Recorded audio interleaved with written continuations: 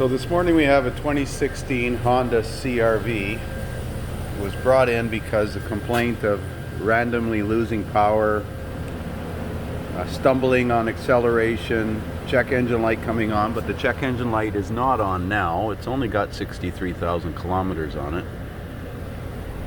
It seems to be running fairly decent.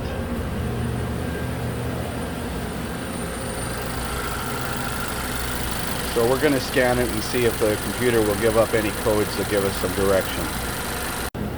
Okay, so this is a new record. I've never scanned this vehicle. The customer purchased it about a year ago. They put about 20,000 kilometers on it since they purchased it.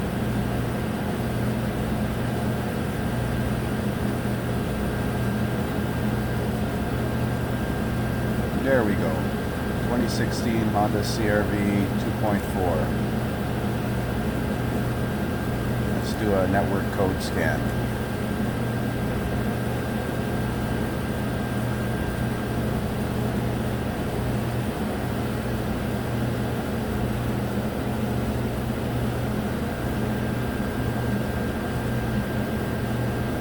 Well, I'll pick up when we get to the end of this network code scan. Oh, no engine codes. Well, that's not going to be very helpful.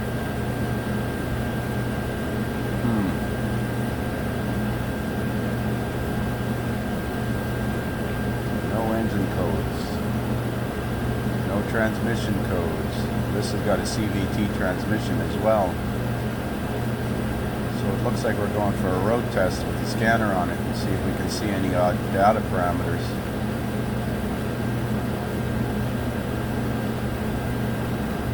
No anti-lock brake codes, so I was thinking it might have been going into traction control mode or something like that because of a wheel speed sensor problem. No help here. We will check for pending codes in the ECM as soon as this finishes. Okay, so it's done the network code scan and absolutely zero codes reported. It hasn't been recently cleared because all the readiness monitors have run and passed. So this is not very helpful. Let's go into the engine control computer and codes and see if it supports pending codes, temporary codes. Nothing. Permanent codes. Nothing. Well, where to start? Obviously we've got to look at some engine data, go for a road test. Let's see, let's look at fuel and intake data. That'll give me fuel trims and O2 sensors.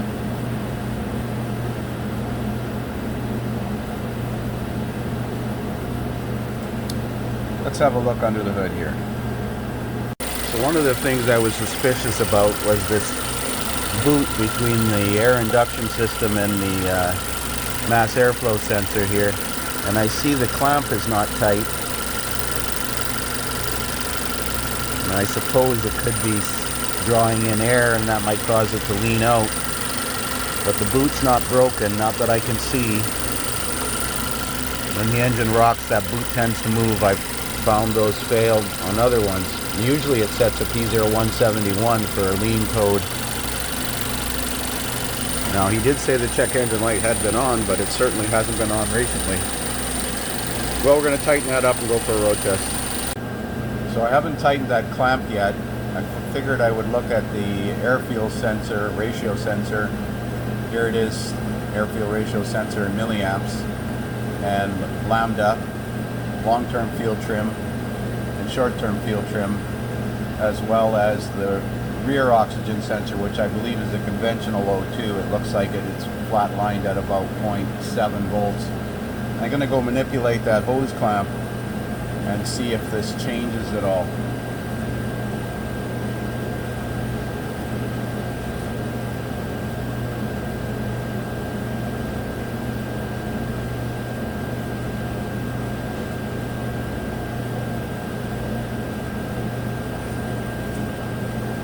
No significant change, so I don't think that clamp is loose enough to be leaking, but we're definitely going to tighten it up and go for a road test.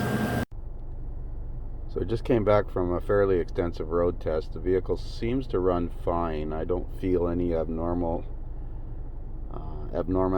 in the way the engine's running. I was watching fuel trims and such.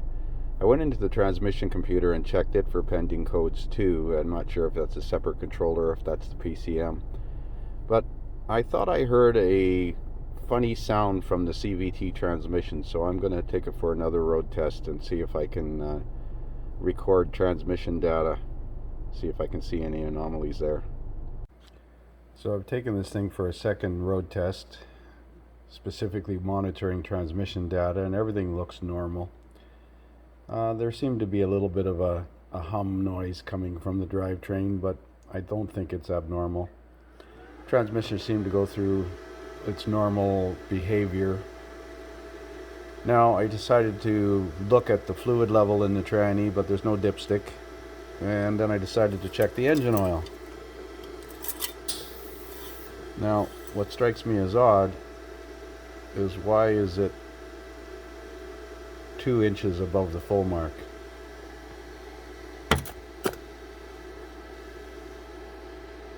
There's the full mark right there, and it is all the way up here. So that seems odd. It doesn't feel like it's contaminated with gasoline, and I'm certain if it was gasoline in the crankcase, the fuel trims would be skewed, but the engine oil is considerably higher than it should be. Wow.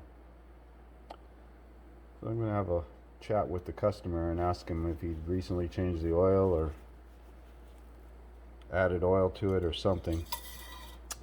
But I can't find anything wrong with this car. I checked for TSBs and case histories on it. There's some transmission issues on some vehicles, but nothing conclusive. Well, according to this information, the engine oil capacity with the filter change is 4.6 quarts, US quarts, or 4.4 liters. So I'm going to drain it out and change the oil. And I'm going to capture it in a clean or a used 4.7 liter container and see how much comes out. So here's what I got out of it. This is a 4.7 liter jug. 4.73 liters, and you can see it's full to the top, plus another at least 3.5 liters, and I haven't taken the oil filter off. And it's very, very light. It's almost like it's contaminated, but it should be running rich as hell if it was drawing fumes off the crankcase, if it had gasoline in the crankcase. Well, we're going to go ahead and change the oil and fill it up properly. Well, it took 4.5 liters, 4.4 liters of 020 synthetic to bring it up to the first full mark on the dipstick. So what I took out of there, and I've already dumped some out of this container, and it's like extremely thin. It pours like water, but yet it doesn't smell like gasoline, and it wasn't running rich like it should have theoretically been if it was pulling those fumes off the crankcase. But definitely it was contaminated, or at least overfull, so we're going to have to see how it runs after, give it back to the customer at this point, and I'll post a follow-up in a couple of weeks when I talk to the customer again.